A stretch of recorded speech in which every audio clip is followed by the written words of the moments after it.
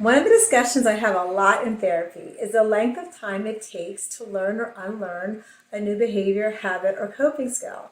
And the answer to this is that there is no fast track way of learning or unlearning a new behavior, coping skill, or habit. And that on average, it takes about 2 to 4 months for an individual to be able to integrate this habit, this coping skill or behavior into their routine. So a common conversation I have in therapy sessions are, I've tried and practiced this coping skill for a week or two, and it just doesn't work. It's not for me, and it's not going to work for me. And this is a time in sessions where I challenge the client into considering in more depth the length of time that it takes to actually acquire a coping skill. What we're essentially doing is we are trying to form a new habit loop.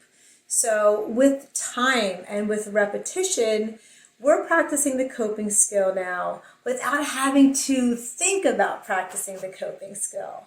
Whereas it starts off as intentional and deliberate practice of the coping skill, our brain is now on autopilot and just does it on its own.